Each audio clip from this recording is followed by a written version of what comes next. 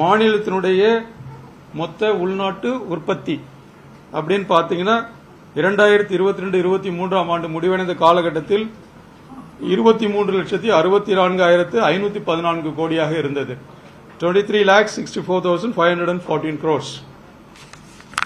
இது கடந்த ஆண்டை ஒப்பிடும்போது 14% வளர்ந்திருக்கிறது, உயர்ந்திருக்கிறது. Industry and services sector were the main contributors. Per capita GSDP of the state for the year 22-23 was nearly 56% higher than the national average.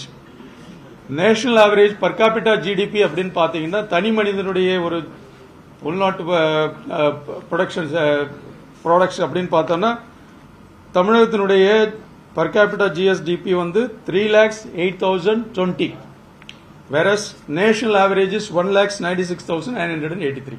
So we are doing a better contribution to the economy. கடந்த ஆண்டை காட்டிலும் இந்த வருஷம் வருவாய் சற்று 17% வரைக்கும் உயர்ந்திருக்கிறது.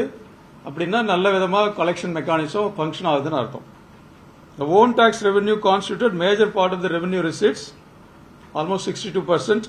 This includes state goods and service tax of 53,823 crores and rupees 59,143 crore as taxes on sales, trade, etc. There was an increase in non-tax revenue by 41%. That is 4,944 crore when compared to the previous year.